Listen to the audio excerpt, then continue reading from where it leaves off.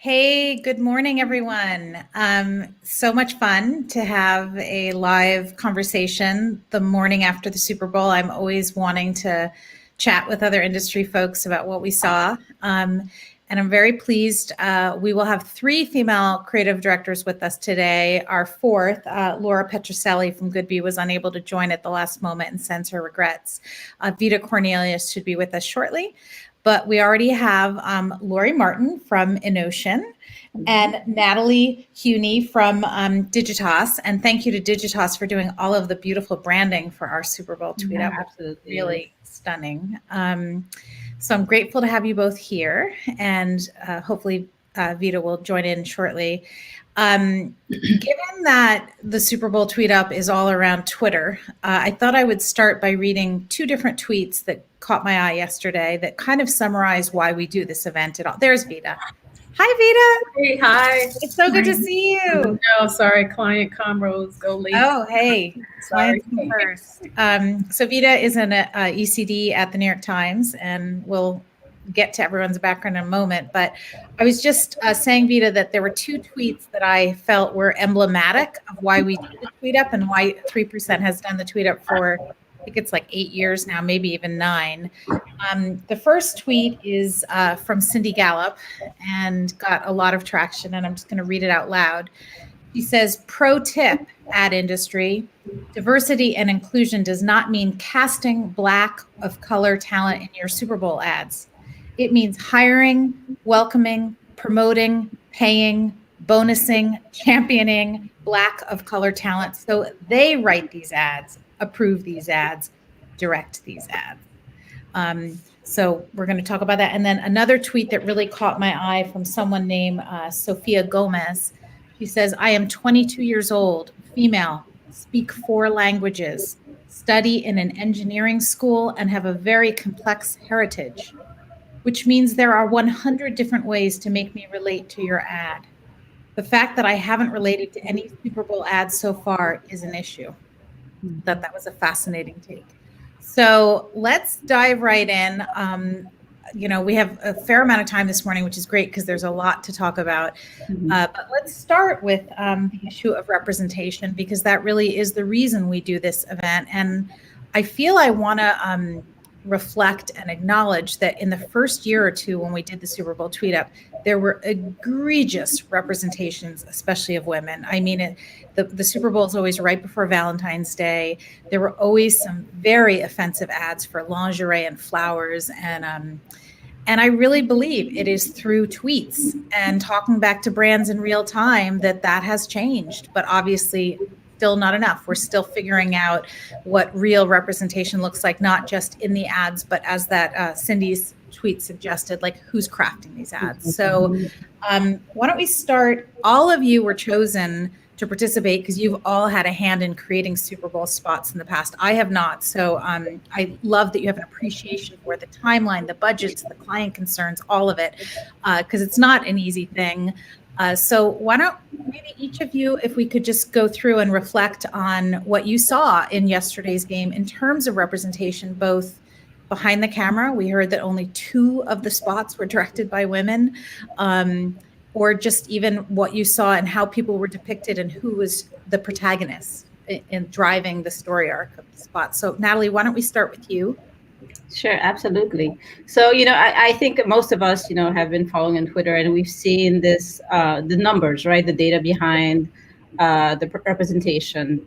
I've seen 2 or 3 female directors versus, 42 directors, and then break down, by sort of cultural background. But I think, obviously so we're talking a little bit more about what's happening, not just in front of the camera, but also behind. And, I think we're all in a position of privilege, being very senior in our organizations. I think it's also, we have a responsibility to sort of help push internally or across the network, right? So I'll just give you an example.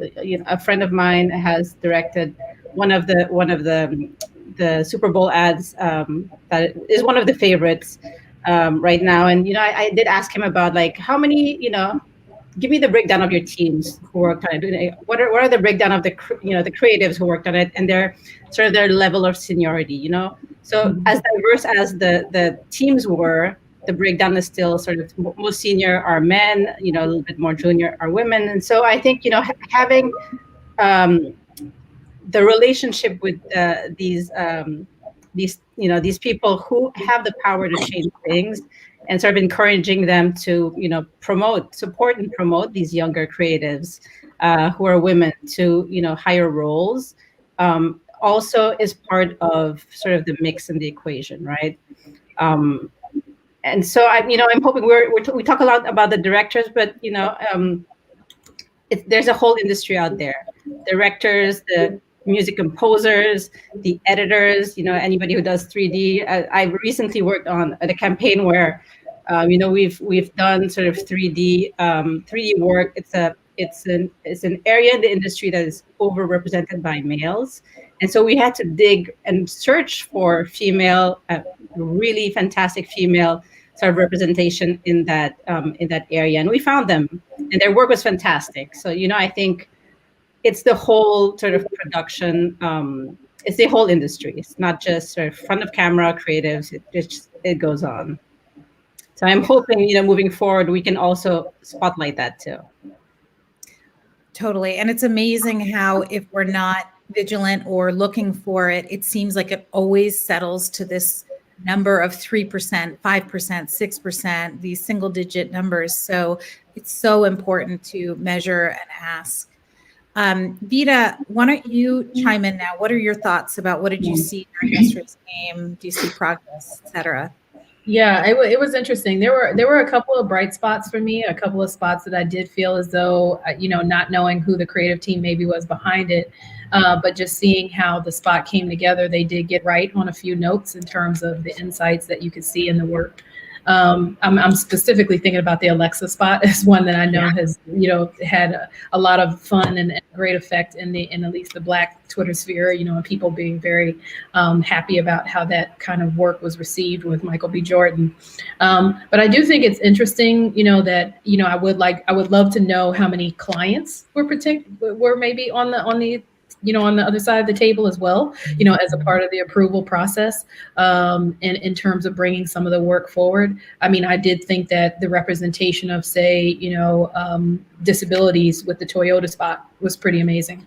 And the insight there, besides for the fact that the production of it was just beautiful, but just, that spotlight was something that I thought was, done in a very insightful and thoughtful way. So I was happy to see a few things like that. There were a few spots that I still questioned, the validity of how did that get made, type of thing. But for the most part, I felt like, we were seeing representation, at least in front of the camera, the behind the camera, as we just heard, the numbers still not where we would need them to be. But I think that, we're at least seeing more insightful work in some ways, where we're seeing, people of color be used.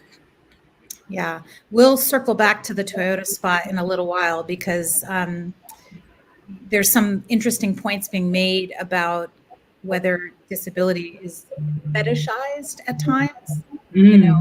So we'll, all of this is an awakening for everyone about what real, sensitive, honest depiction looks like. So it's great that we're like having these storylines, and then the goal is to make them even more sensitive. And so why don't we move on to you, Lori? I know you work for an agency that does a lot of car work, and I don't know if those were the ads you noticed, but what were your thoughts? Yeah, I mean, I definitely was paying attention to the automotive industry ads. Just it's in my nature for having worked on the same car brand for the last 8 years. And having worked in the social team, I've been leading our social team. So I see front lines of feedback from people who are watching. And this was actually the first time I got to participate in the 3% because we didn't have a spot in the game. So I was really excited. But yeah, I mean, I see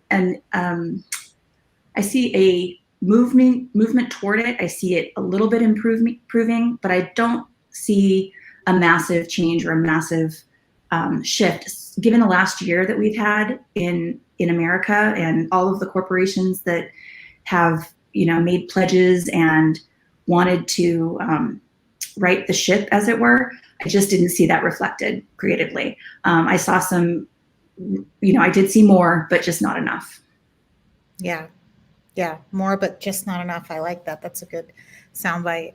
All right. So I've got some notes about things that I wanted to talk about, and I'm sure we're also going to get some comments from the audience, and you all can raise issues too. But one of the things that really stood out to me in kind of a mystifying way was we're living through a time unlike any other where we all are walking around with our faces half, covered and not able to share time together. And it was like this alternate reality watching the Super Bowl, not just of the stadium, but the ads.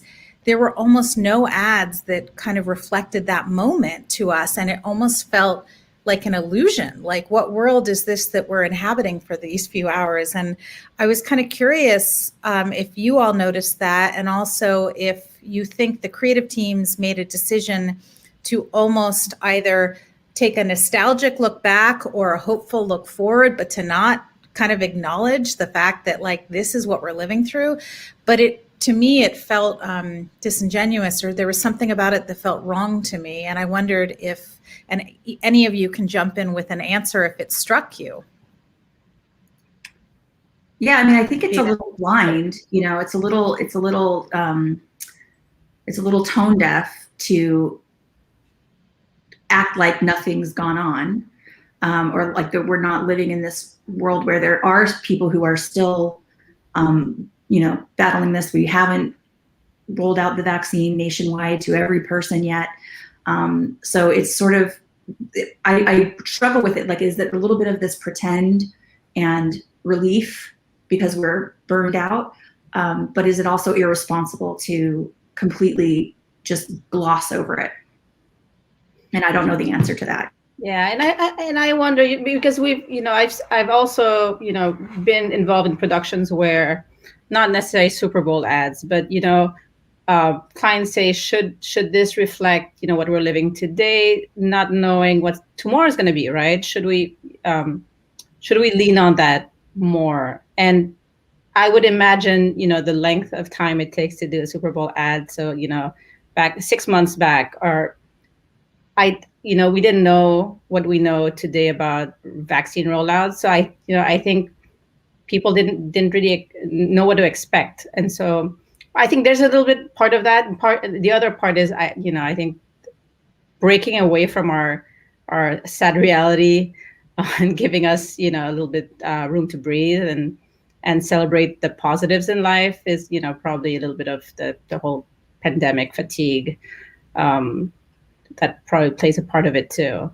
Yeah, I thought the same thing, Nathalie, but because as I was watching it, it wasn't as if I didn't notice that there was no mask. Yeah. But I felt like it was probably intentional to help people literally not think about the mask for a moment in terms of the advertising, and probably because there is some desire not to document this moment, if you will.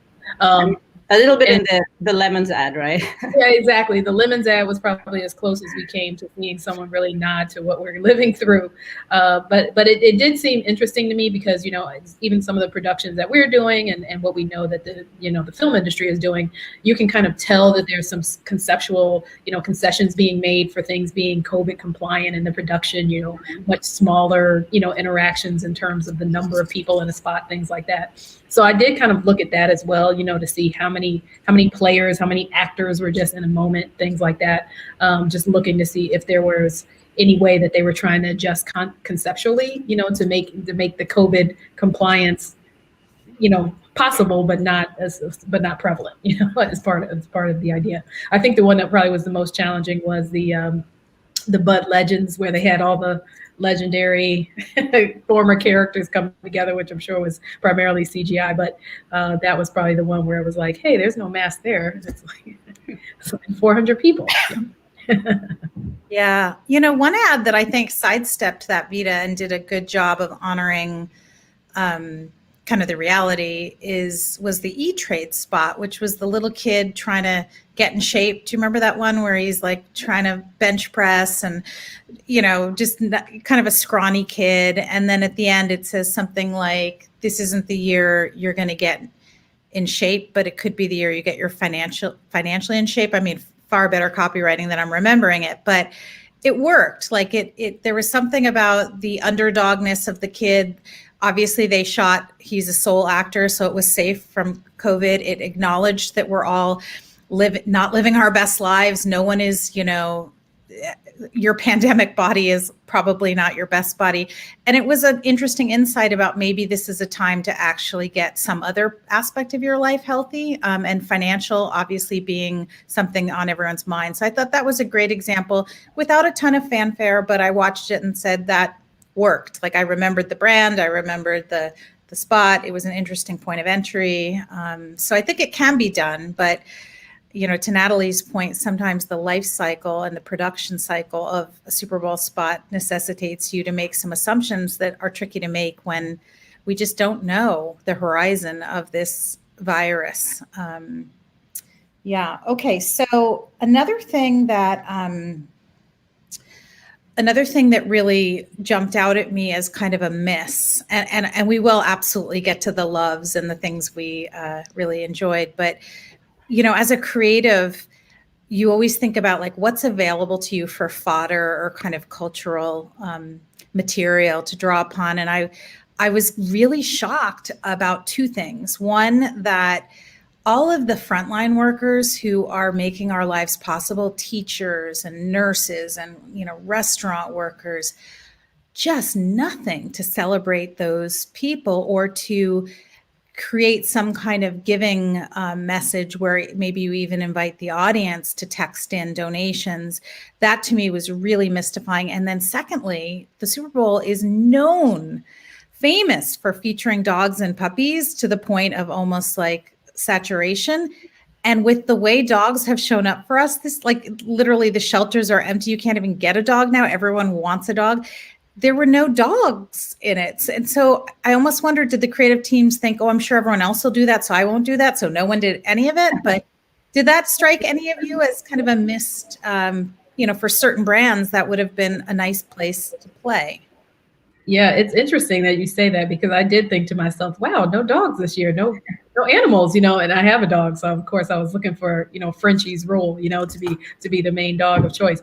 But it could have been a great opportunity for a brand to say, hey, we didn't have any dogs available to work because everybody's got dogs. That would have been the obvious, kind of fun way to kind of lean into what the times are for like a brand like Purina or someone who, supports shelters.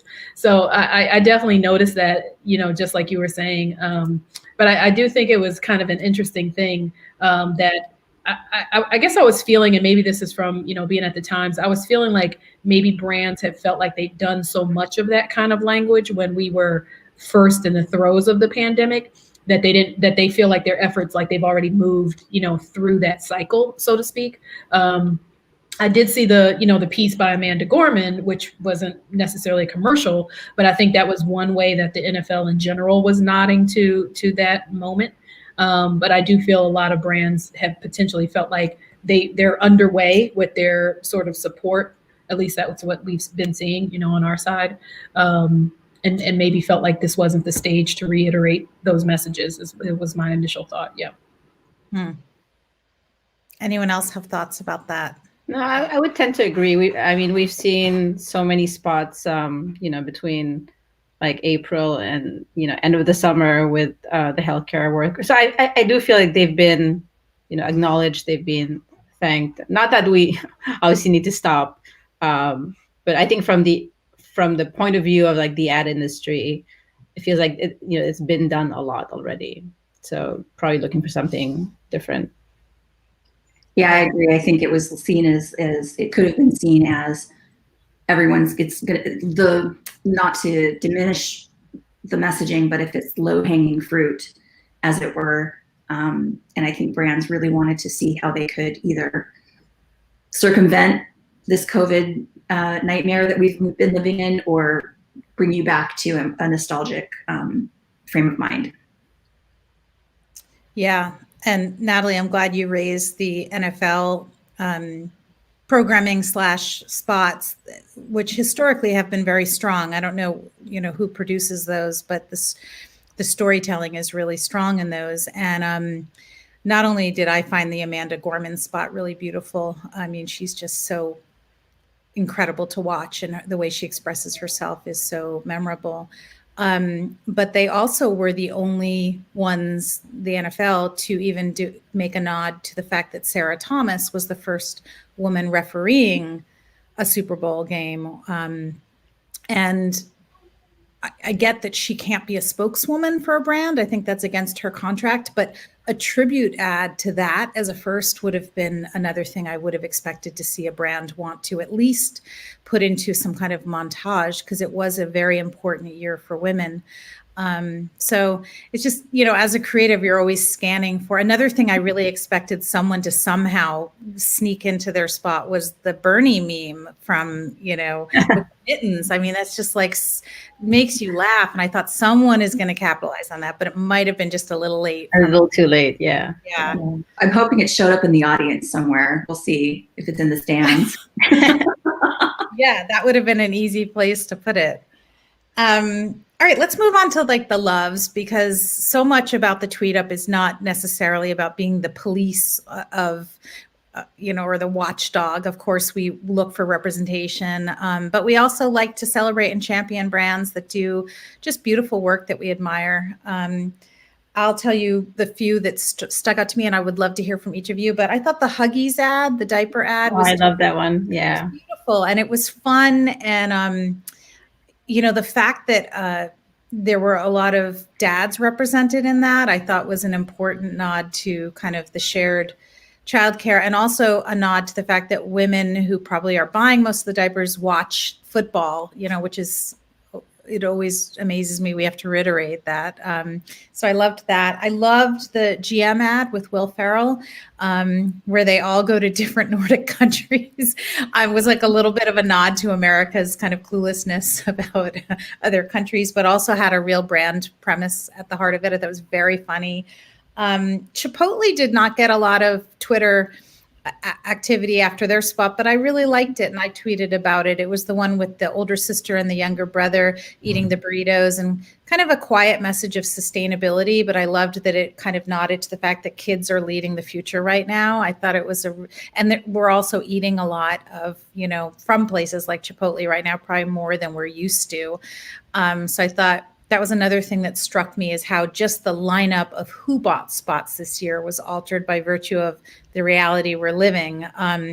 Not a lot of travel spots, and we'll get to that in a moment, because we're in lockdown. But it was interesting to see the brands that did show up: DoorDash, Uber Eats, some of these companies that are really having a moment right now of usefulness. So those were great. I referenced the E-Trade. I thought the Rocket Mortgage ads with Tracy Morgan were very, very funny. The whole pretty sure versus very sure. And then one ad that really did acknowledge the moment we're living through in a way that I thought was extremely well done was Indeed, about the job market. Very sensitive about the different types of people that are searching for work, and we've got millions of Americans out of work. So I thought that was a great example of a brand that showed up at a moment where they belonged in the conversation. Those were kind of Can I say one thing about Indeed, Kat? Yeah. Because I'm glad you brought that one up, because it was sort of a quiet one. But I love the fact that there was such dignity at how they presented job seeking. It didn't make people feel like, because the conversation is so much about people feeling so ashamed of obviously not working and being very concerned about what that looks like to have such a large gap on your resume or whatever. But there was such a hopefulness and a dignity with the way they presented job seeking, that you are someone that we would be looking for because of your tenacity. So I really liked the tone of the copy, the way they wrote it, even though it was a little bit, it was a formula, it was a structure, but it still was a very good one in terms of how they just presented that. So I thought it was really nice. Yeah, I'm a writer too, and I like the way they kind of bookended a phrase, and then they put in the middle something more conversational and human about the circumstances of each person. So it's like you're not reduced to one search term or one type of candidate. I agree. I thought it was very nuanced the way they approached that. Vida, what else stood out to you that you liked or laughed at or somehow, admire. Yeah, well, just from a representation standpoint, it was great to see, a few spots where there were people of color, particularly Black people, in humorous moments. Like you had Tracy Morgan, you had Don Cheadle for Michelob Ultra. For sure, Alexa was great for a lot of reasons, and then even David David, he was super cute in the Sesame Street spot. So there was quite a few, a lot of conversation on the side about like, hey, Black men are making a comeback in these Super Bowl ads, because there were so many faces, but used in the right way. Even the little cameo of Drake in the State Farm ad was pretty funny, so it was a good, kind of way of seeing, humor be used with Black people in a way that felt authentic. It didn't feel like it was trying to be over the top or, something that didn't feel, authentic to us, but definitely I thought there were some high notes there. Yeah, definitely. I also noticed that Logitech, which is not a brand that you see a lot, a tech brand, they had a really beautiful spot where I noticed that the diversity of the people featured was really a great representation. And it was kind of about the next wave and evolution and not following the past. And I thought it was a really interesting kind of debut for them. I haven't seen them advertise at that level before during the Super Bowl. So kudos to Logitech. Nathalie, what did you like, or what stood out to you? Yeah, I mean, a lot of, so my background is, is art. So I'm always looking at, obviously not only the copy, but the sort of the art direction and photography behind. So my all-time favorite ad this year is absolutely the Upstream Toyota ad. It's just absolutely stunning, in terms of just how that captured that story. I know there's been, I've seen quite a few posts around representation there, but we would just take a moment just to talk about the sort of the art direction there. And it's the one spot that moved me to tears, really. And so, I just felt it, it felt so different. So I've seen some of the comments about, is this sort of, are we using, with women with disabilities to sort of at a disadvantage, right? But I think historically Toyota's done a lot of, they're official sponsors of the Olympics and the Paralympics. So I have a sense that this ad was probably done for the last Olympics and they probably couldn't air it. And so the sort of, the Super Bowl spot was sort of a moment for them to sort of shine a light on this work. So, I think in that regard, it just makes sense with sort of their whole sponsorship that they've been carrying on for so many years now.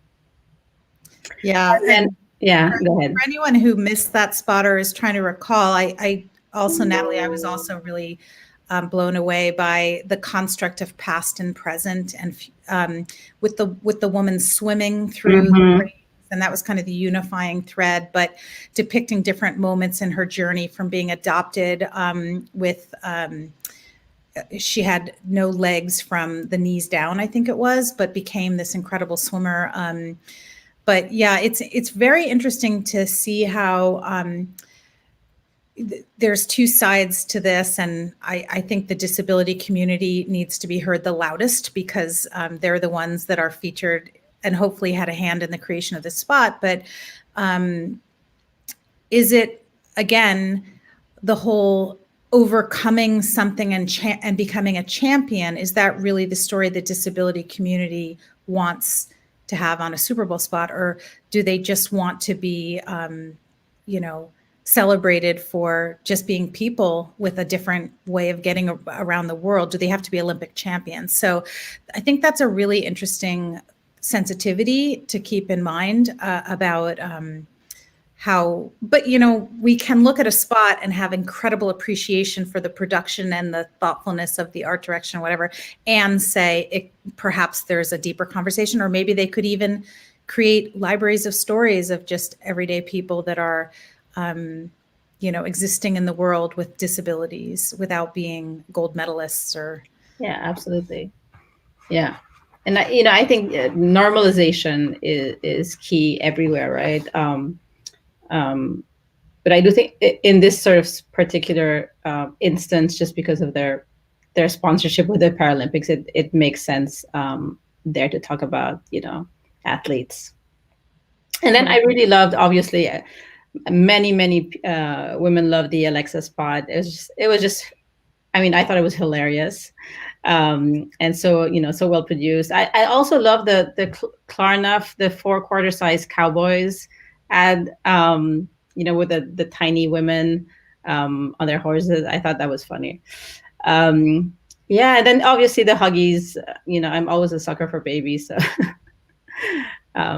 those were my top. Maya Rudolph is pretty much going to make anything funny, so I think that one was I was probably really like giggling because I just think she's just hilarious, and she always manages to throw a little like Beyonce nod into everything that she does, so that fourth girl doing the sing out was kind of like her ode to Beyonce. Yeah, that was really a visually beautiful spot too. I thought it was just really, it was eye candy, all the Klarna stuff. which one? The Klarna, just the art direction in Klarna was fun. It was vibrant and just felt like otherworldly. It's kind of fun. Yeah. Given that you work on so many car accounts, I'm trying to remember. So there was the GM ad. Trying to remember what other automotive companies. There weren't that many. No, There weren't that many this year. Obviously, with GM, there was Norway, and then the Cadillac ode to Edward Scissorhands, which I thought was beautifully done. I cracked up when I saw some Twitter stream arguing that Edward was a robot and he couldn't have children, so this was a false premise. So thanks, Twitter. But yeah, and then I think what's controversial and polarizing was the Jeep ad. It was a very much a political statement. The intent behind it is nice, but the reunited states of America. Obviously, Bruce Springsteen is a presence on stage, and I think it was beautifully shot.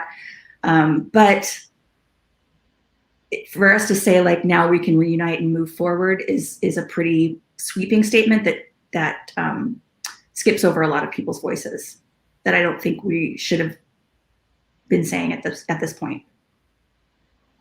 Yeah, there was a thread that I was following this morning about someone said, how many crosses is too many crosses? I don't know if you remember in that spot, there were several cuts to crosses. And I don't know, is it kind of like entering the Kendall Jenner handing the Pepsi and like solving racism? Like you can't, an ad during the Super Bowl feels like I'd rather see a brand invite everyone into some kind of long form conversation on another platform than try to tie it up neatly in 60 seconds. And like you finally get Bruce Springsteen and you don't have him sing. Right. It almost felt to me like they were trying to Amanda Gorman the moment and make him some kind of poet laureate. And it just, yes, beautiful, beautiful, beautiful production, but I don't know, not seeing a lot of support for it being a healing message. And did anyone else have thoughts about that spot? It seemed like it was one of the most discussed. Yeah, having done 2 Jeep Super Bowl spots, I know that crew well in terms of what they go through to get the talent that they want, and I know that that's been an ambition of Olivier Francois to work with Bruce Springsteen. So, I did find I wanted it to be more, I guess, because it does sometimes feel very gratuitous when a brand is stepping into a conversation that's far bigger than they are. In the past, we've linked the brand to the values that show up in a real actionable way, whether it's with, the military or the saving of Detroit or, things like the automotive industry when it was in fallout and bailout. So, maybe that was too big of a conversation for them. And the reaction is clear. People did not care for, what felt like very overt Christian references, what about other religions in the country, things like that. I definitely think there's a way to say, let's meet in the middle, but maybe find a different tenor for it. It felt a little bit too lofty, too gratuitous for a brand. Anyone, not just Jeep. I think anyone taking it all. Yeah, I mean, I would agree. It didn't speak to me. I felt like, it felt very for white men of a certain age. And yeah, it's a little bit of a miss. There is so much richness and diversity in this country, and I just felt like they were just showing sort of one lane, right? Yeah. Several of you have referenced the Alexa spot, and that definitely was a crowd pleaser. There was some interesting conversation around that too, about reverse sexism and objectifying men. And first of all, Cindy Gallup brought receipts, which I always appreciate. She can always find her fingers back to like the slide or the PDF or whatever but she had a slide from her presentation at the 3% conference where she was quoting Lindy West, who is one of my favorite thinkers around all sorts of topics. But Lindy West had written a piece around the objectification of men and whether or not reverse sexism could be a thing. And she kind of dispels it because traditionally men aren't, if they're objectified for their looks, it has no negative impact on their employment or their earning potential or their physical safety. Or, she says, when that day comes, we can talk about reverse sexism, but not a day sooner. So that was interesting. And then Derek Walker today on Twitter raised something interesting about the fact that a Black man was being objectified and that there's a history there that's problematic. So it's funny how a spot that at first glance is just all good fun. And I definitely laughed and thought it was incredibly clever, especially when he was in the bathtub with her wearing his black t-shirt. It just made me laugh out loud. But I love that these conversations feel so much more interesting than in year one of the Tweetup or year two, where again, it was like, maybe you don't show women as prostitutes. We've come such a long way. But wonder if any of you saw some of that chatter online about the Alexa spot. I didn't see that specific chatter and the objectification of Michael B. Jordan as a Black man. I for sure would have found problematic if it had been a white woman, obviously, right? But because it was a Black woman, it actually became a very funny way of kind of positioning her against her husband, because her husband was present always. It wasn't as if she was just living in this fantasy world, nor was she rejecting her husband in these moments. It was just that he was just getting in to fit in. It was just that combination of like what any man is worried about, that his wife is going to find this younger, fresher model more attractive than him. So for a lot of reasons, I felt like there were some really incredible high notes in it in terms of they were upwardly mobile, they had a beautiful home, she was clearly, a lead of this team, then there was just the fun of her having diverse friendships. She had a very diverse group of girlfriends when he took off his shirt and turned down the lights, things like that. So it definitely showed, in my opinion, a positive look at a more upwardly mobile, Black lifestyle, things that exist, but we've never, really examined it very much. And just the humor aspect of it was obviously very cute, and the underlying messages of like, her husband wanting to stay in there and stay on top. So no, I can't say I looked at the objectification as something that was like a turn off in any way, but it just felt like an interesting and fun turn of tables, if you will, just for me personally. Yeah, and I think it's interesting how normally a voice assistant is a female. And there's been a lot written about the genderization of, why female voices in kind of like helpful roles, whether it's in a car, with your GPS or whatever. And I know in my own household, I have teenage sons. I don't like it when I thank Alexa when she helps me. And if my sons or their friends are a little too curt or kind of bossy with Alexa, I take offense. So that was another interesting layer, that it was a man that was being helpful, a male voice, a male presence, which we're not used to seeing. So yeah, I do that too, Kat. I ask my kids to say please and thank you to Alexa when they talk to her. I'm hoping they launch this Michael B. Jordan voice soon, and a suite of other male voices. It's sort of, it's been the gender prejudice in technology is enormous. And, one of the reasons is most of the tech developers are all guys. I remember when I first started working in digital, many moons back, all our servers were named after supermodels, which was completely ridiculous. And it has, it's lasted. I remember there was Naomi and Sydney, and yeah, it's just the way it is, and so hoping, that we could push this, throughout, again, like not just, through our ads, but through our experiences with brands on all the different touch points. And so voice is a huge part of that. Yeah, absolutely. All right, let's just talk maybe a little bit more about Shop. I mean, one of the things that was dismaying to see the Cortez brothers, Bernadette Rivero, put together a graphic that's circulating about behind the camera, that there were so few women that directed these spots. And I think only 7% people of color directing the spots, regardless of gender. So I'd love to talk a bit about that. I know we've seen efforts like Free the Bid, which is about triple bidding and ensure that women have their reels considered when people are looking for commercial directors. And it feels like there's some traction, but it's slow. And I'm wondering how that's impacted your individual careers, or how you've seen it inside your own agencies and companies as a consideration that's being taken seriously. Yeah, absolutely. I can talk about this because it's an effort I've been pushing for a couple of years now.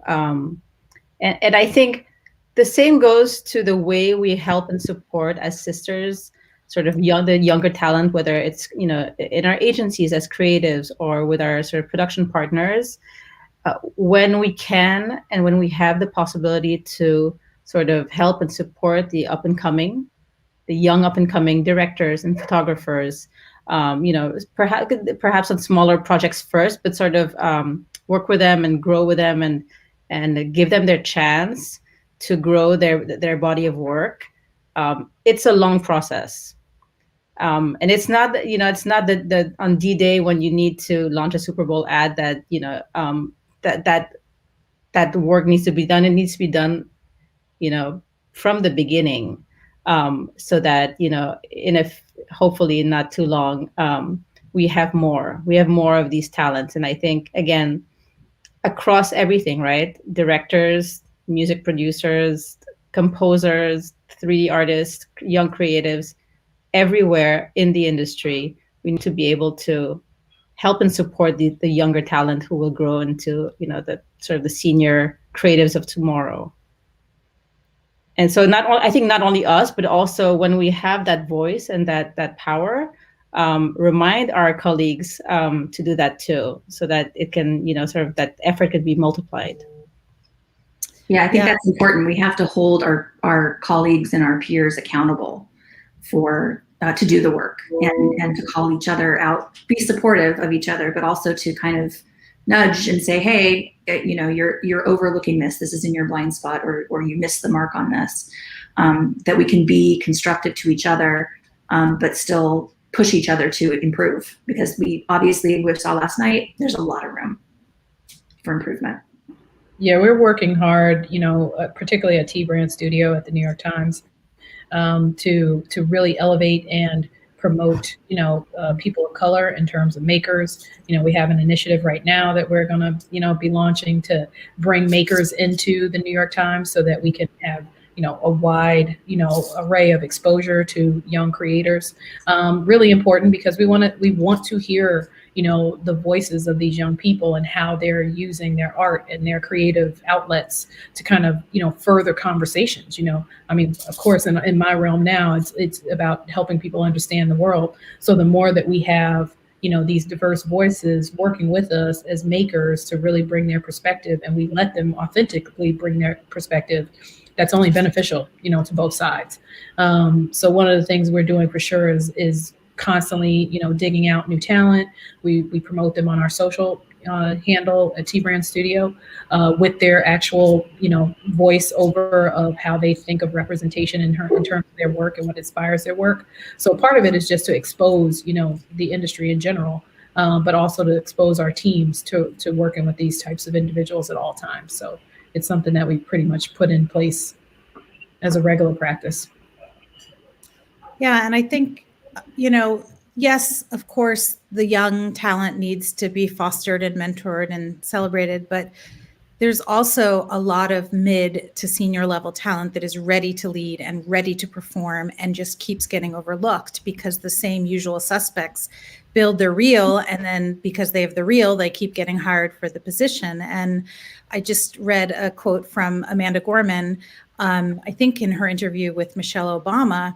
She's aware that she's being seen as exceptional and she is noteworthy, but she said there are thousands of Amanda Gormans amongst you that you just haven't been trained to see. And that comment brought me back to, I remember being at a conference room table, delivering a 3% certification report to a big agency and talking to the CCO. And he commented something about my, just my presence in the room. And I told him that I was actually an incredibly shy introvert who someone took the interest in very early in my career and sent me to a public speaking class. And I said to him, I guarantee you have Kat Gordons in your creative department that just need you to give her, usually, sometimes non-alpha males, the opportunity to learn to be more persuasive and confident in their presentation skills. And so I think that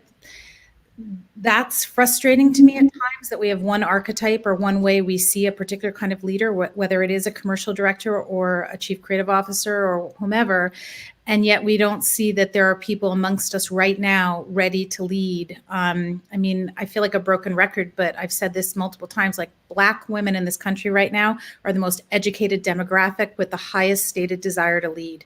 It is the most prime leadership pool, and we just aren't trained or haven't questioned our own bias about why don't we see there's one Black woman leading in the Fortune 500. That is just mystifying. Again, I keep using that word today, mystifying, but there's a lot right now in the world that is mystifying. No, I mean, you're absolutely right, because, my personal journey has been a lot of that, I mean, I can honestly attest to what that feels like. When someone says to you things like, how did you get to be so articulate? And you're like, wow, I went to college. I have a master's degree. That's probably how, but it's shocking, that someone could think that it's not even possible.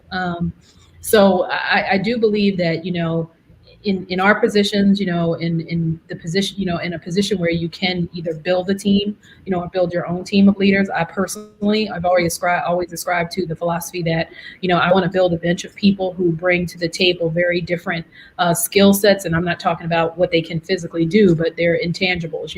Are they a clutch time thinker? Do they take risks?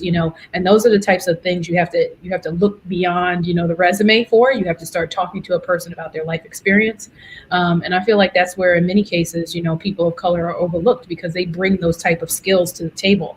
But if you're not asking for that, or if you're not willing to suss that out, you will miss people who could be very valuable to your overall team, because you're just looking at a resume and a pedigree of all the places they've worked for a year or two, So that's one of the things that I definitely try and encourage others to do as well, to say, look beyond, what's on the resume. Talk to someone about their life experience, because that can be what actually makes the difference and makes that person a linchpin on your team and moves them into a position of leading in a way that you need them to.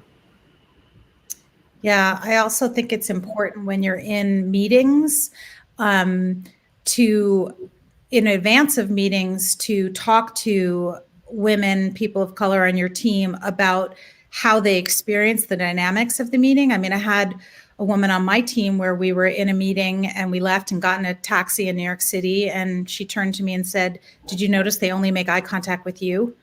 And I hadn't noticed that. And she brought it to my attention. And so I was very purposeful the next time we were in a meeting together at kind of just spotlighting her more and giving her the floor more. And so I think there was also a podcast I listened to recently where a white man was interviewing a Black woman who was an entrepreneur, and he dominated the conversation so horribly and didn't even see it. And so I wrote him an email, and said, "I love your podcast, and you probably don't realize this happened, but it was uncomfortable for me as a listener. And so I think speaking up about all the dynamics that often we don't sense when we're in them, and we need to be loud about things that maybe, because it's possible that that guest on that podcast, that woman didn't feel she could give that feedback.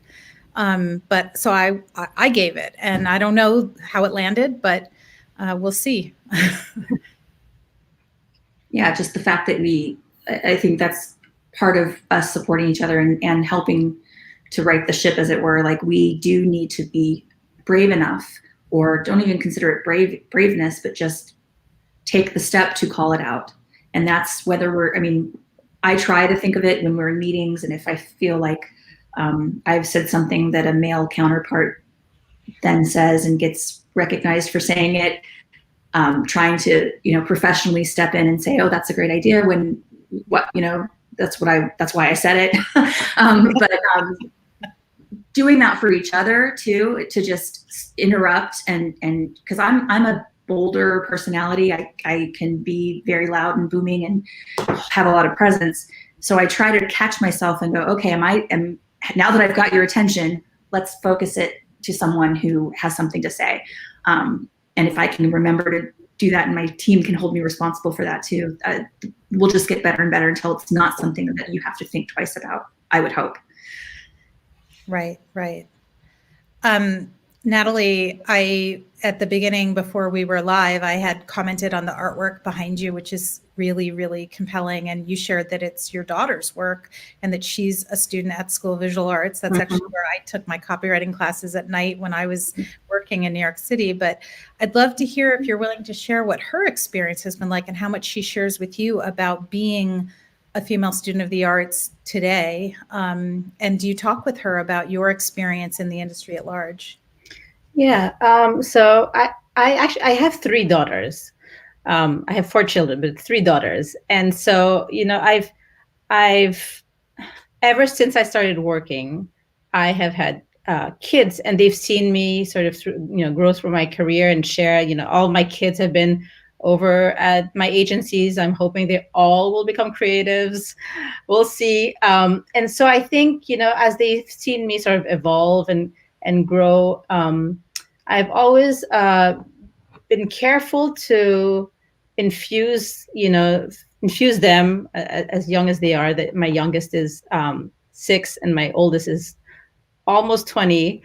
To infuse them, from sort of my learnings over the years. Whether it was, I've seldom had a female mentor or boss, throughout more than almost 25 years of career.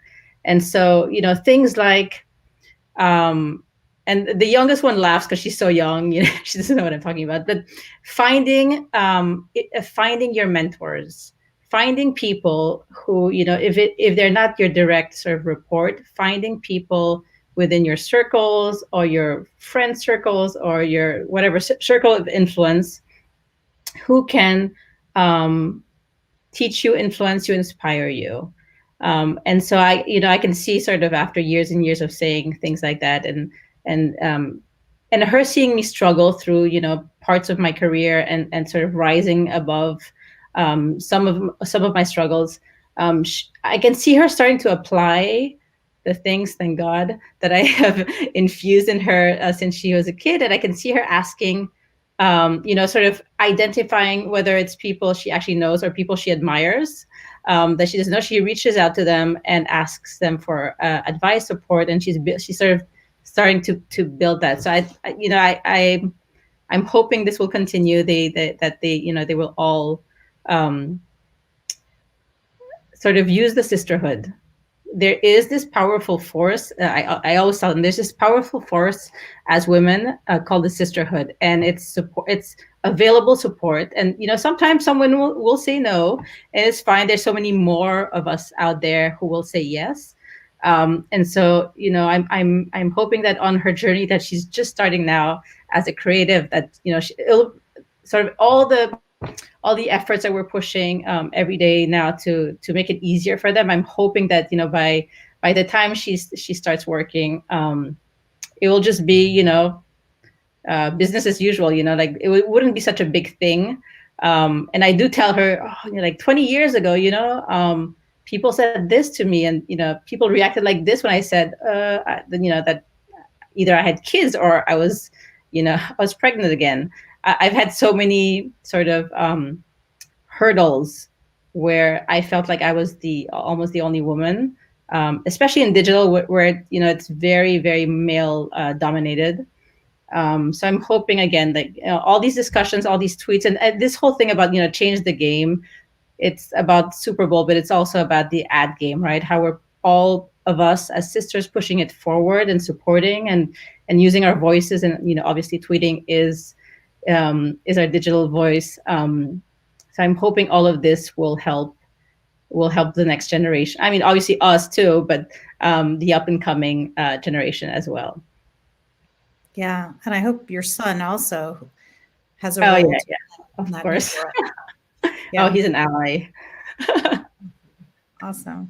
Well, maybe we just use the remaining time. I'd love if each of you just shared a story about when you built your Super Bowl spot. I know, Vida, you've got like an incredible reel. I'm not sure how many each of you has, but I have 0, so I have nothing to say. But would love to hear what the experience was like. And I think a lot of people don't have an appreciation for what's involved in getting something like that approved, and to your own satisfaction that the concept isn't diluted to a point where you still feel proud of it. So would love it if each of you could maybe just pick one spot, one client, and just give us kind of like, what was it like? Are you proud of that work? Sometimes the proudest work in your portfolio is actually the quietest, smallest budget stuff, but would love to hear what each of you feel about that. Yeah, and Vida and Lori, I'm going to leave the stage to you. I ask Kat, I don't have a Super Bowl spot, so I'm just going to listen. Oh, yeah. Confession too. I've never written one that's gotten sold in, but I participate in that. I help amplify it in social and extensions for it. But I do see what goes into the pitching and the grueling pitching, and you think you hit a sweet spot, and then it gets set aside. So it's obviously a competitive, creative space. There was I work for Innocean, and we advertise for Hyundai. So one year we had the elevator spot with Jason Bateman, and that was written by a dear friend of mine, Carrie Talek, and her partner Brooke. And of course, it was shaped by our GCDs and it was a group effort to get it across the board. But just seeing that happen for her on a car brand, which is typically sort of a rarity anyway, was really exciting. So that was something that I got to kind of ride those coattails and piggyback on that and help celebrate and amplify that for her. Yeah, I have had the pleasure of being involved in that process in a couple of different ways and times in my career, and landed a couple spots on the game.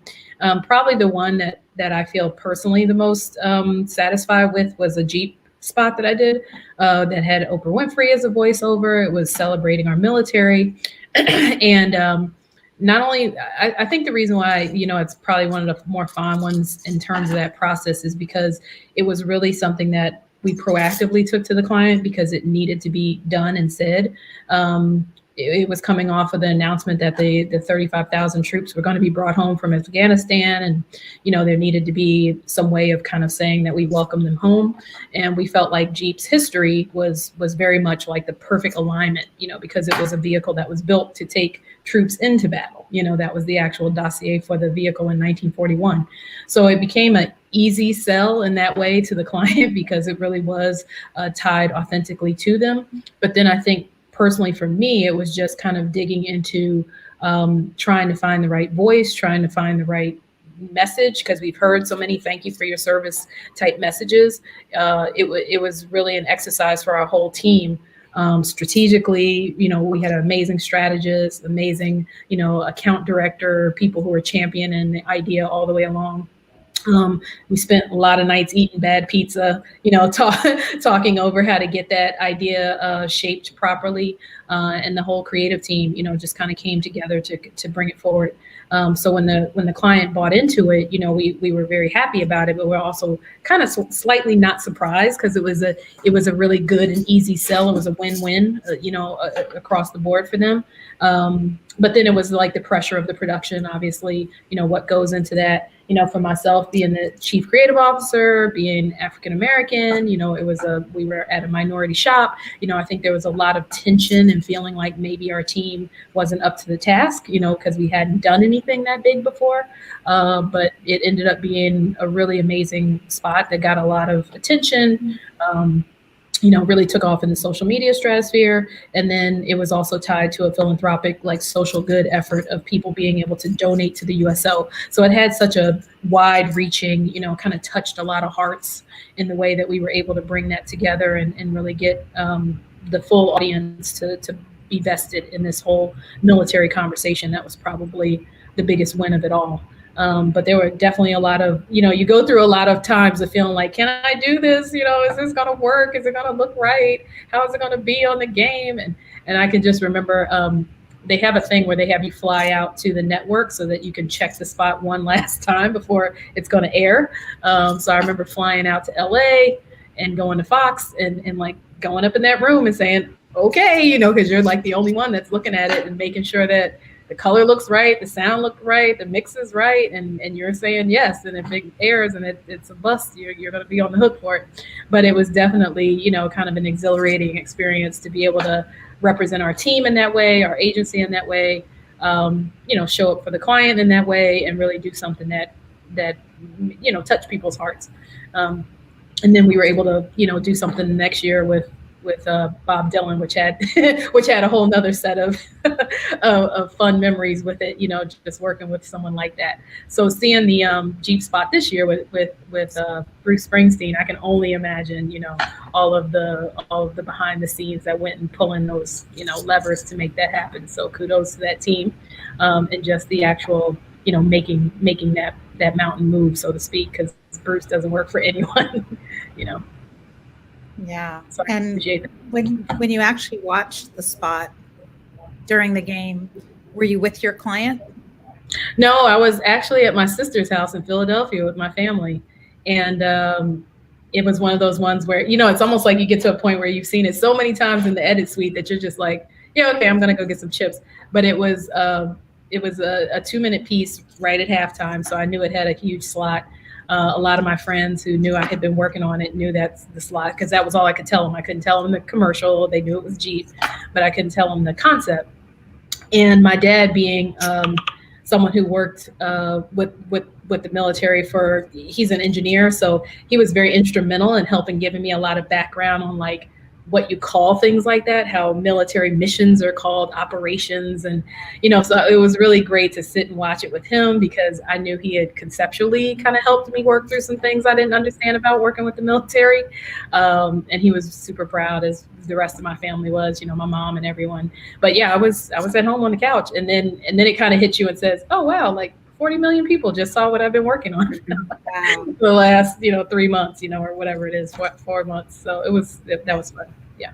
And that's Ernie, right? Isn't that your dad's name? Eddie. I knew. Yeah. For anyone who follows, he was the one that named it Operation Safe Return. Well, your dad is hilarious and needs his own television show, because the posts you make about him and his Eddieisms are hilarious. They've had me laughing a lot.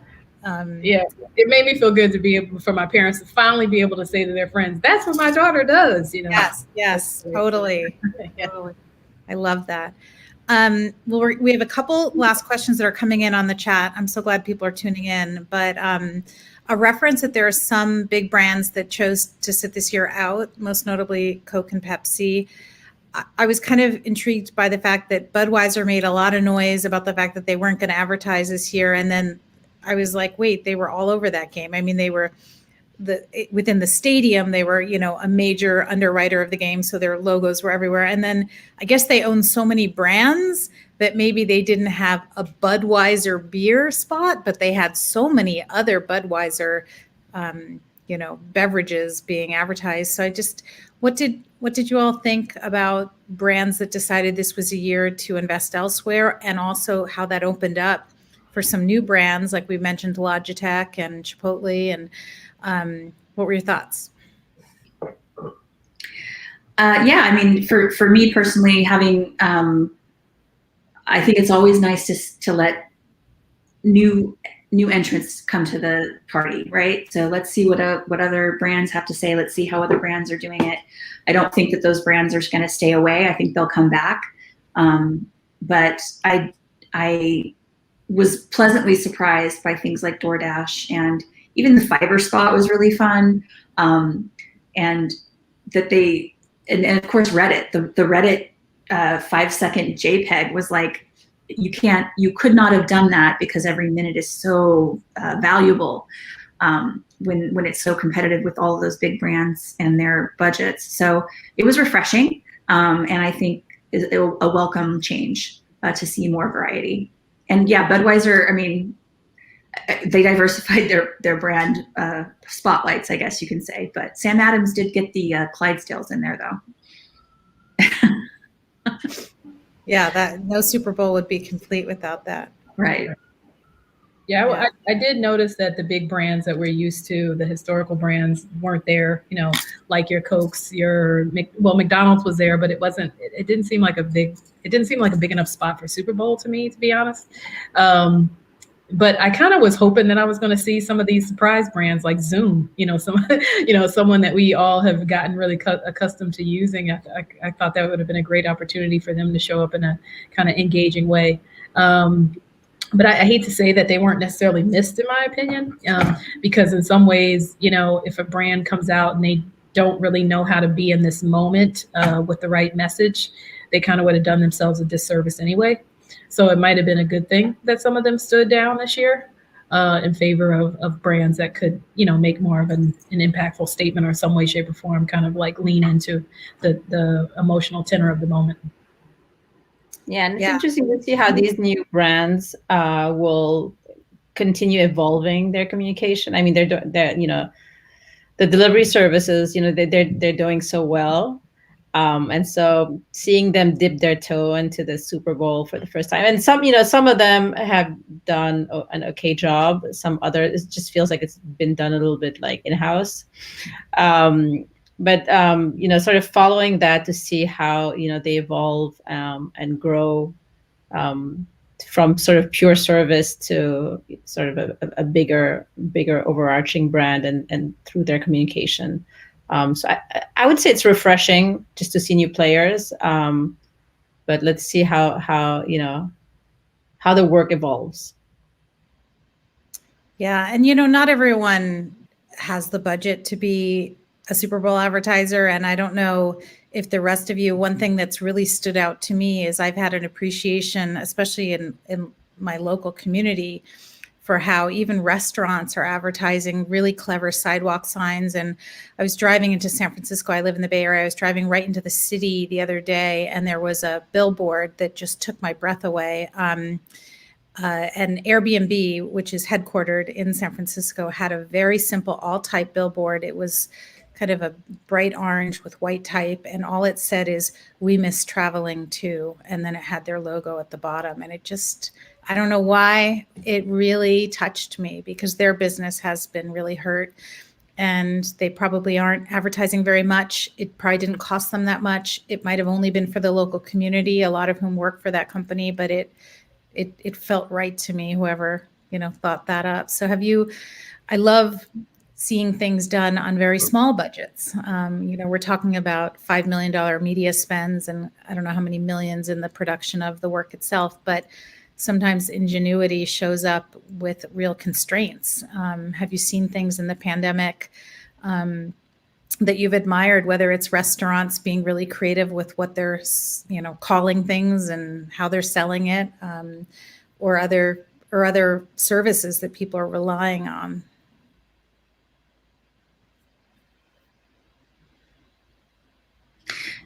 Yeah, I mean, I think just to speak to productions, and if the simplicity of how you can simplify the production. Obviously, the media is expensive, but the E-Trade spot was very simply the simple setup. There wasn't a ton of CG. There wasn't, celebrities, and so it was just done conservatively, but it had a nice impact. And then I think just seeing the ingenuity of the industry during the pandemic and how we've all had to adjust how we make our creative, and how our clients have had to adjust to, how quickly they can get to market with things, or how we can be creative and inventive about not only just shooting and creating, but are the messages going to land and be relevant? And so it's been really exciting to see the community come together, at the industry of advertising come together. And I've been really pleased to see the shift in just very ingenious little tricks as we come to production, from, producing things in a new way that we hadn't produced before to, if I've directed, I've had the pleasure of seeing commercials and videos shot via Zoom. So just the fact that you can't keep creativity down, I think, was a big message for me this year. And that's true of the restaurants. That's true of the businesses that have had to kind of become more inventive on how to get their message out. Yeah, I love that. And I know from 3% standpoint, I mean, this is not a great year to be in the live event business. And I was kind of intrigued by the creative challenge of doing a virtual conference, which we did in July of last year. Completely different, tech platform, different economics of ticket sales and sponsorship and everything. And I kind of liked it in year 9 that it wasn't doing the usual things with our usual team and problem solving the same way. The creativity of it was something that kept me on my toes and the rest of the team. So I have an appreciation for that. I also know that Adobe, which was our presenting sponsor for the conference, talked about how in times of stress, like this pandemic, creativity is a form of self-care, and that they're seeing tons of activity on their platform. So even if you're not possibly even employed or creating something for an audience where someone's paying for it, it's a way of feeling that you are still alive and vital and in touch with your creative soul. And so I have a real appreciation for the things people are working on. In fact, I just gave an interview recently where someone asked me, who do you think and what are you watching during the pandemic of like who's changing the way we're going to work and who's inventing new things? And I thought for a moment and I said, I think we really overvalue first movers. Like we're always like, who's inventing the thing or who's had a statement or who's got the new product or service. And that I think there's a whole host of thinkers, especially creative thinkers, that have longer lifespans to how they synthesize information and how they pay attention and how they dot connect. And those are the people that I'm really excited to hear from. What are they halfway through that they might offer up to us later this year or early next year? There is no false deadline for reinventing both our industry, creative work for our clients, our passion projects. So have any of you been working on anything personally that's a creative project that you're excited about? Vida, I always see you doing the gorgeous flower arranging. Oh yeah, well yeah, there's always my flower arranging that I love doing. It's just an outlet, with something that I like to partake in. I mean, I still do a lot of writing. I like to do a lot of writing, on the side. I mean, one of the projects I'm involved in right now with the studio is one where, we really will be delving into a lot of stories around the Black experience and, kind of like taking a journalistic approach to unveiling some of those stories. So it's been really interesting for me personally to be able to mine my parents, my family, my own personal history and ancestry around what the Black experience has been for them. Just having sit down conversations with your 80-year-old mother and father about what their childhood bedroom looked like and asking them to bring that back up for you, is interesting. And it helps you understand the richness of your own experience and then be able to use that in some of the creative work, in my case that I'm doing. So So yeah, I just continue to mine stories. I think that's probably like my biggest thing, besides for like almost getting to the end of Netflix. I think I've actually gotten to the end of Netflix. You know, I've watched everything they have, if there is such a thing as an end. There is no end. Yeah, but I feel like I'm getting there. I feel like I'm right on the cover. You know, I've pretty much seen every documentary, everything. But yeah. What out of all the things you've watched, what's your number one? Let's see. Wow, that's a tough one because I watch a little bit of everything.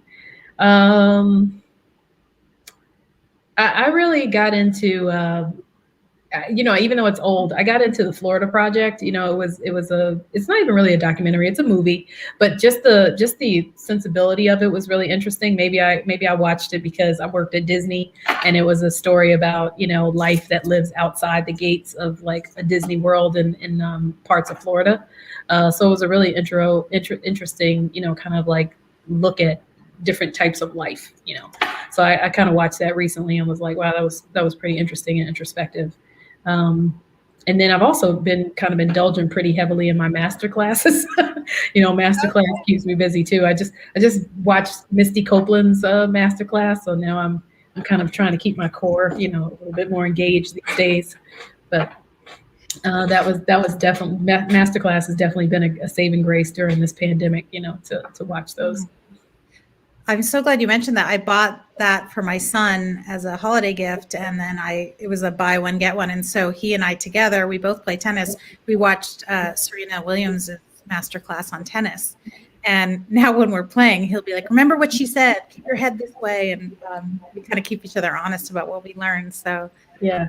No, I love it. I think it's really engaging. You know, you learn about so many topics. Oh, the other thing I saw recently that I love is Pretend It's a City with with Fran Lebowitz. Oh, Fran Lebowitz. Totally funny. Fran Lebowitz, yeah, totally funny. And living here in New York, everything that she's saying, you're kind of like, yeah. Yeah. Now I want to walk in the streets and look on the floor and look at all the you know, the stories there. Yeah, she's I actually did a masterclass, which I thought was both interesting and creepy.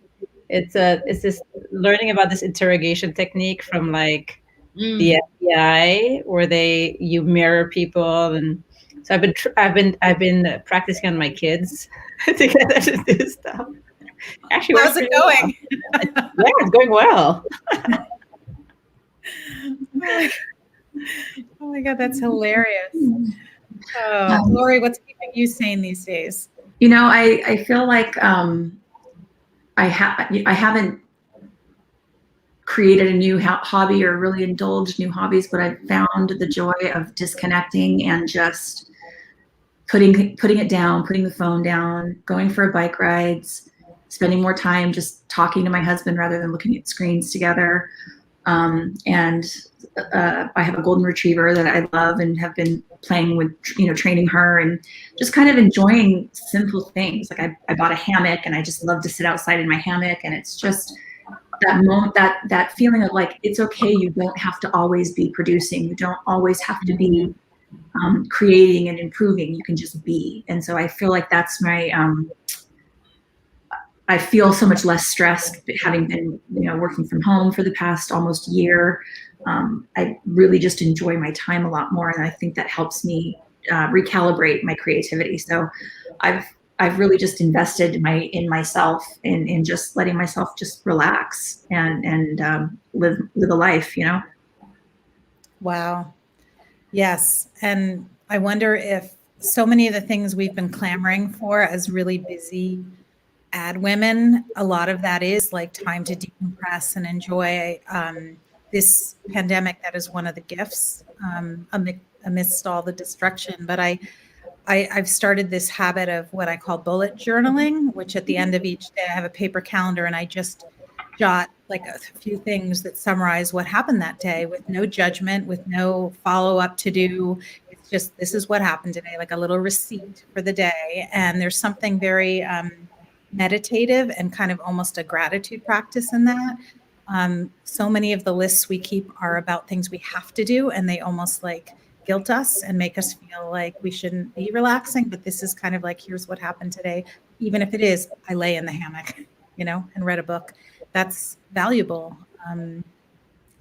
Well, I have loved chatting with all of you, and I'm sorry that Laura, our fifth creative, wasn't able to join us. I know she had a lot to say, but thank you so much for helping our community just kind of rewind the tape a bit on both the last 9 years we've been doing this event and the change we're seeing happen, and this bizarre moment we're living through, and how brands showed up and missed the mark or made the mark. And keep taking good self-care and doing FBI techniques on your kids. And Yeah. I thought of one thing, Kat, which I thought was interesting. With Yeah. with the craze of it all, I was shocked that Peloton was not on the game. Oh, no kidding. Good catch. or Zoom. Yeah, Zoom or Peloton. I can't believe Peloton, especially after they had the ad that everyone. But their sales numbers are skyrocketing. Maybe I guess they don't need an ad. Yeah. I guess we don't need an ad, but honestly, it would have been great to see them there just as an acknowledgement of like, thank you everyone for just having a Peloton, because I feel like every call I'm on, it's almost like a Peloton poll before we start talking. I'm still a holdout, I'm sticking with the old school, like step aerobics and stuff like that. Yeah, very true. I mean, you could almost look at the list of advertisers as a time capsule. Mm-hmm. Yeah, because there's certain brands that have literally sustained us during this time period, so it's kind of interesting that they didn't make a showing there, which would have been fun. Yeah. Yes. That's something fun. Well, who knows what next year will hold. Who knows if travel will be open up again. I thought the Alaska Air spot with the safety dance was a nod to kind of the travel industry trying to be poised to be ready to get us back in the skies. And I, for one, really, really look forward. I really miss convening with the 3% community, with our team. There's nothing like a live event and that togetherness. And so I'm very hopeful for we're planning on 10th anniversary in Atlanta in early November of this fall. So I hope to see all of you there, and stay well. And thanks for your time today. Thank you for having us. Yes, thank Bye, you so much. everybody.